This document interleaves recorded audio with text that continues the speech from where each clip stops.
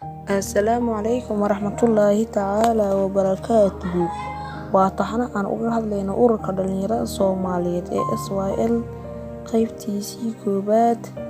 Waxaan muuqaalkani ku lafaguraynaa sidii ay ku aas-aasmantay xisbigii midnimada dhalinyarada Soomaaliyeed.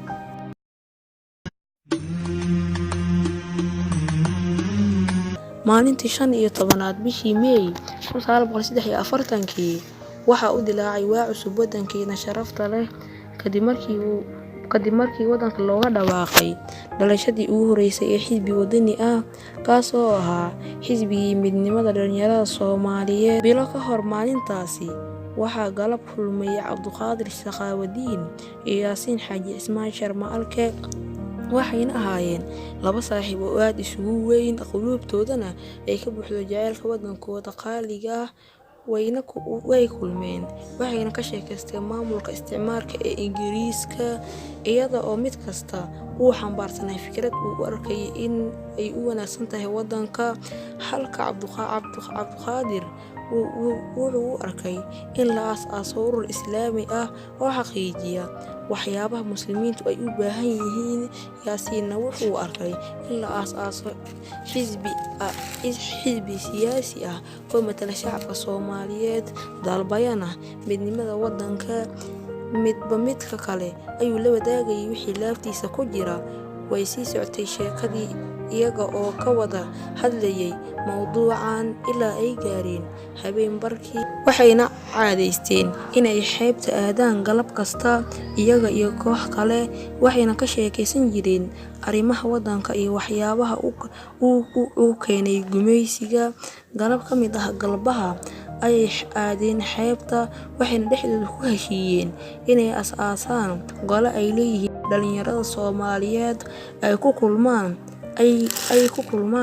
dhexdiisa, kuna sheekaystaan, iskuna bartaan, waxna ku bartaan, isna ay gogol xaar u noqoto in laga adkaado gumaysiga loona beddelo xisbi siyaasi ah marka uu gaaro xaalad ku habboon oo suuro gelinaysa in uu guto ujeedooyinkiisa siyaasadeed. Sidoo kale waxay ku heshiiyeen in ay fikraddan ahaato mid sir ah oo aan dhaafin dhexdooda, wada xiriirkuna ahaado mid joogto ah. Habeen ayaa waxaa kulmay koox dhalinyaro intooda badan ay yihiin aas-aasayaashii. Guri tacsi ka jirtay, waxaana geeriyooday aabihii dhalay Maxamed Cabdulaahi Xayeysi. Waxaana goobtii ka hadlay Cabdiqaadir Shaqaawadiin, wuxuuna sheegay in dadku yihiin carruurta Aadan iyo Xaawo, Ilaahayna uuna u kala soocin caddaan iyo madow, ayna ka siman yihiin Ilaahay hortiisa. Diimaha samaawiga ahna waxay booriyaan arrimahaasi, wayna inkiraan gumaysiga takooridda midka ku salaysan. Wuxuuna ahaa hadalkiisu mid taabanaya qulubta dadkii joogay meeshaasi. Nin walbana wuxuu ogaaday waajibka ka saaran ummaddiisa.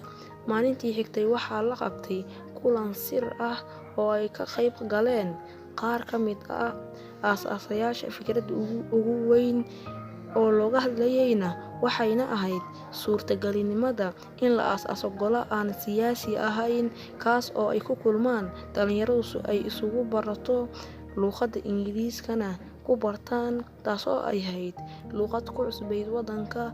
Waxayna sii socotay doodii ilaa xilli dhexe oo habeenkii ah. Wixii ka soo baxayna waxay noqotay in qof kasta oo ka mid ah dadkii soo xaadiray ay keenaan qof ku kalsoon yahay. Waxaana loo dhigay kulankii xigay maalintii Axadda ee soo socota. Markii la gaaray maalintii la ballamay, waxaa yimid tirada loo baahnaa, kadibna si rasmi ah baa loo furay shirkii. Waxaana loo sharxay dadkii ujeedada shirkan, waxaana la diyaariyay waxyaabihii muhiimka u ahaa kulanka. Dood dheer oo saacad qaadatay kadib, waxaa la gaaray 3 qodob oo aas-aas muhiim u ah, waxayna soo jeediyeen in ay ahaato sir.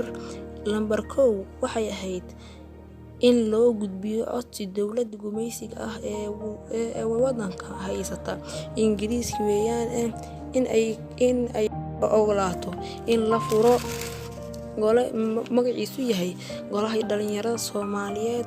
Lambar 2 in la kireeyo guryo ku habboon howlaha muhiimka ah laguna soo dhimo qulubta dhalinyarada. Lambar 3 in la dejiyo barnaamij ku meel gaar ah kana kooban shaqooyin muhiim ah ee golaha. Maalintii xigtay, xubnuhu waxay qoreen codsi ay u gudbiyeen dowladda Ingiriiska, waxayna isu dardaarmeen inay qofna shaqo tagin maalinta Arbacada ah ee soo socota si ay dhammaan u aadaan xafiiska ninka qaybta xukuma. Wassalaamu calaykum. Tan iyo qayb kale aan ku kulmi doono. Subscribe saar, like-na taabo, siina share garay.